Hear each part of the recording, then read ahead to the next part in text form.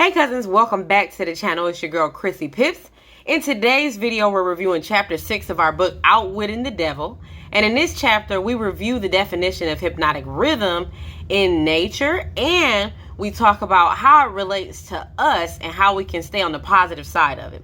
Now, please don't forget to like if you enjoy the content in this video, subscribe so you don't miss out on what's next, and share on social media if you think others can benefit from this information. But as always, if you're here, you're interested, so let's get into it.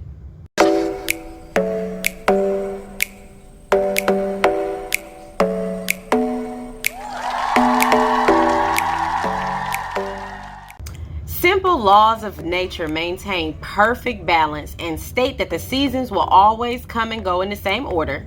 An acorn will always produce an oak tree. A pine seed will always produce a pine tree, and one cannot produce the other. Newton's law of universal gravitation proves that all material things are drawn towards the center of the earth, and had Newton dug a little bit deeper, he would have discovered that the same law that helps maintain perfect balance is the same law that produces the different wavelengths that produce hypnotic rhythm, which controls the minds of human beings. Now remember, we're the only life forms on earth that have the ability to control our own minds. Now, the book explains the repetition needed to master playing a specific song and how the notes must be memorized and blended together to create music.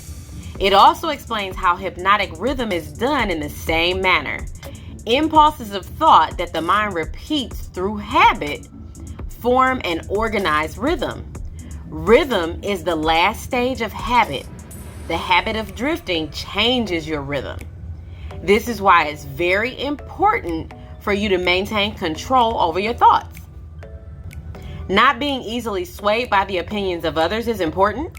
Not falling for the traps of propagandists feeding you full of lies is also important in maintaining control over your thoughts.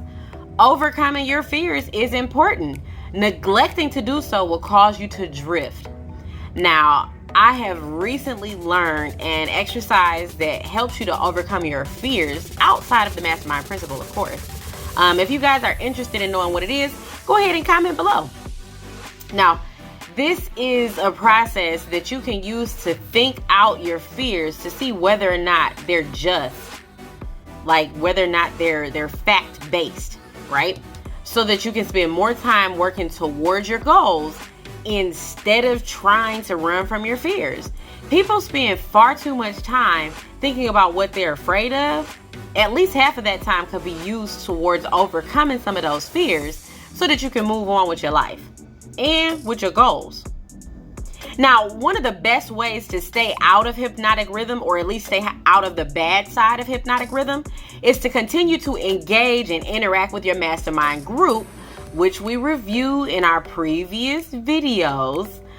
When we did the book Think and Grow Rich, also by Napoleon Hill, I did an entire video on the mastermind principle, so feel free to check it out if you're not sure of what I'm talking about right now.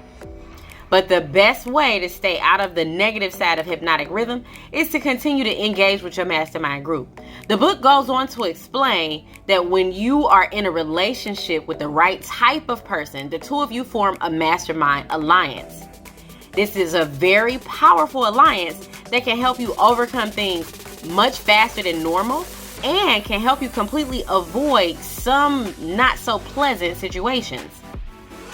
Indifference towards life in general, lack of ambition, fear, and lack of definiteness of purpose, along with the other onsets of drifting that we mentioned in other chapters, are how drifting starts. Nature uses hypnotic rhythm to make your dominating thoughts and habits permanent. Our goal is to catch it before it's permanent and change our way of thinking to something more positive on a more consistent basis. The habit of drifting can be broken if you have a burning desire to break that habit. Just like negative thoughts can be made permanent, so can positive thoughts. Now, if you fear and think about poverty, you're going to attract poverty in its physical form. If you expect and think about greatness and prosperity, your mind is going to attract greatness and prosperity into your life and it's going to take its physical form. Now, there's a statement in the Bible that says, whatsoever a man soweth, that shall he reap. And that just means that you get back what you give. You are what you are and where you are because of your thoughts and your actions. Now, there's no such thing as luck or miracles. Both are just terms that are used to describe things that are not easy to understand.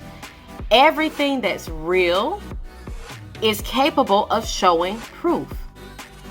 Remember, every action started out as a thought, and the thoughts are made into dominating thoughts if you think about them enough and with enough emotion.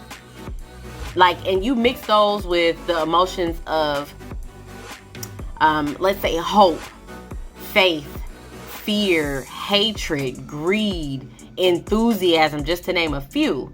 Dominating thoughts backed by strong emotions will show themselves in their physical equivalent.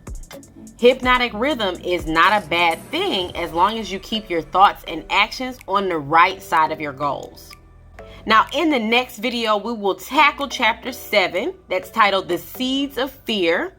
Now, last week I had some family emergencies that went on that I needed to take care of. So I am going to also try to go ahead and upload chapter 7 this week as well. That way we're on schedule.